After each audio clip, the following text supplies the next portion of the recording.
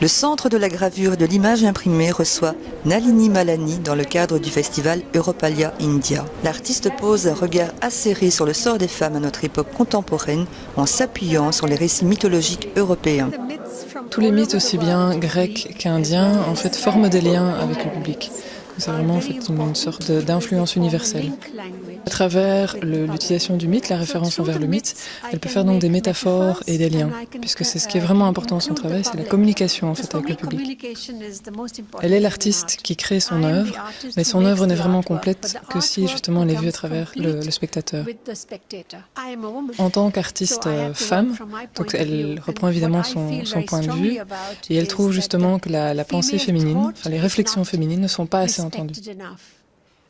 Si on respectait justement ces réflexions de femmes, on irait vers ce qu'on pourrait appeler à ce moment-là le progrès dans le mouvement. Elle s'intéresse aussi beaucoup à la mondialisation et aux aspects politiques de celle-ci. Ce n'est pas seulement la politique en Inde, la politique indienne, mais c'est surtout en fait la politique globale. Puisque en fait maintenant, quand il se passe quelque chose dans le monde, donc c'est vraiment global et c'est ce qui se passe notamment avec les OGM. C'est-à-dire que c'est plus un héritage en fait de l'agriculture, on est plutôt dans la science et ça touche aussi bien les États-Unis que le Canada, que l'Inde. Et donc ça forme un tout.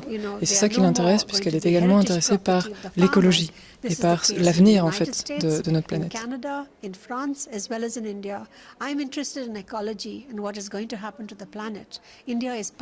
À son invitation, les étudiants d'une dizaine d'écoles ont participé à un atelier basé sur la perception du corps. Ces étudiants représentent l'avenir et donc c'est une manière justement de faire attention à leur point de vue et on doit vraiment faire attention en fait à leur point de vue puisqu'ils représentent l'avenir puisqu'on ne sera plus là par la suite.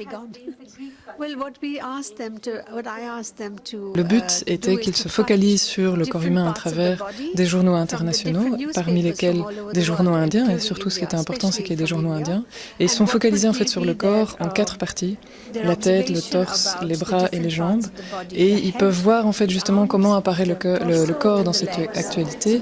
Les bras par exemple qui peuvent être les bras d'un athlète, ou au contraire d'un chef de l'armée prêt à tirer sur un ennemi.